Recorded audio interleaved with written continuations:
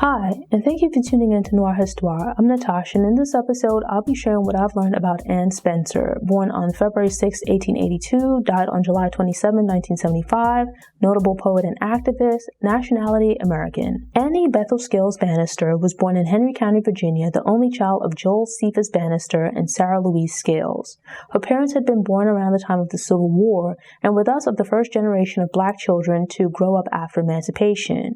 Joel had been born a slave and was of mixed black, white, and Native American heritage. Her mother had been born a year after the Civil War ended to a formerly enslaved black woman, and her father was a white man rumored to have been a member of the wealthy Reynolds tobacco family. When Bannister was still an infant, her parents relocated to Martinsville, where her father opened a saloon. Unfortunately, they were soon at odds over how Bannister should be raised, and Joel's operation of a saloon clashed with Sarah's principles. After a few years of turmoil, the couple separated, and Bannister moved again, this time with only her mother. They settled in Bramwell, West Virginia, where her mother worked as a cook at a local inn to support the family. Sources vary, but either as a result of needing help with childcare or financial difficulties, her mother left Bannister in the care of Willie and William Bell Dixie, a local prominent black family. Bannister had a lot of free time while living in the Dixie household, as she didn't have any chores. She also wasn't attending school because her mother believed she wouldn't benefit from the local school system. Despite being illiterate, Bannister developed an appreciation for poetry and would find a quiet place to flip through magazines and pretend that she could read. Her father did not approve of Bannister being kept out of school by her mother and insisted she be enrolled in school or he would take custody of the child. Sarah relented and Bannister finally began attending school at the age of 11. She would spend the next 6 years at the Virginia Technical Seminary and College, now Virginia University of Lynchburg, from which she would graduate as its valedictorian. While attending school, Bannister returned to Bramwell during breaks, but moved to Elkhorn and later Maybury to teach after graduation. On May 15, 1901, Bannister married Charles Edward Spencer and became Anne Spencer.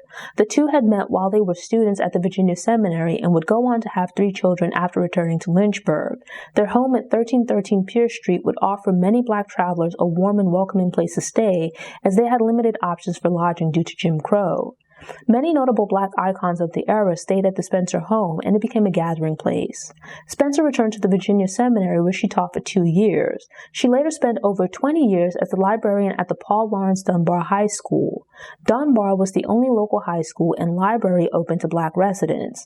Thus, through both her home and work, Spencer provided support for the black community. She was also actively involved in trying to improve circumstances for local black residents through establishing a local NAACP branch and organizing a campaign to get more black teachers hired at black schools. Through her work at the NAACP, Spencer came into contact with James Weldon Johnson when he visited Lynchburg to help with the chapter. The meeting would have profound implications for Spencer. Dating back to her childhood, Spencer had nurtured an appreciation for poetry. Spencer penned poems of her own, writing at every opportunity and on anything she could find, yet she was apprehensive about having her work published. During Johnson's visit, he read some of Spencer's poetry and tried to persuade her to have her work published. Johnson recognized Spencer's work as being good, but a bit outside the norm, and her first contact with the potential publisher did not go well. When H.L. Mencken offered Spencer notes in her work, she took offense as he was not a poet. Yet with feedback and continued encouragement from Johnson, Spencer's poems began to appear in publications.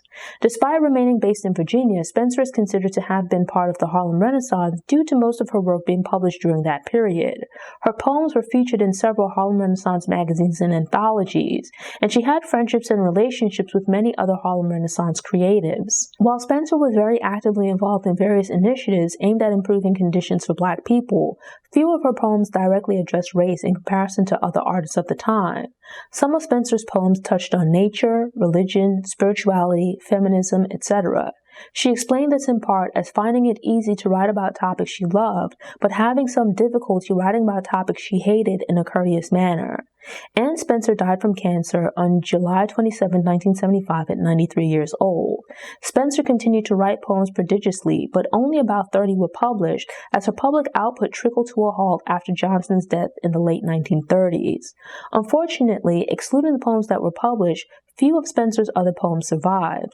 Spencer's family home and its grounds were designated as a Virginia Historic Landmark in 1976 and are open to the public for tours. Thanks for tuning in. Show notes and sources are available on the Noir Histoire website via the link in the episode description. I've created downloadables and infographics, so check out the website. These Black History Facts are released every Tuesday, so if you enjoyed this episode and want more, subscribe to the channel, click the notification bell, and check out my Black History Facts playlist.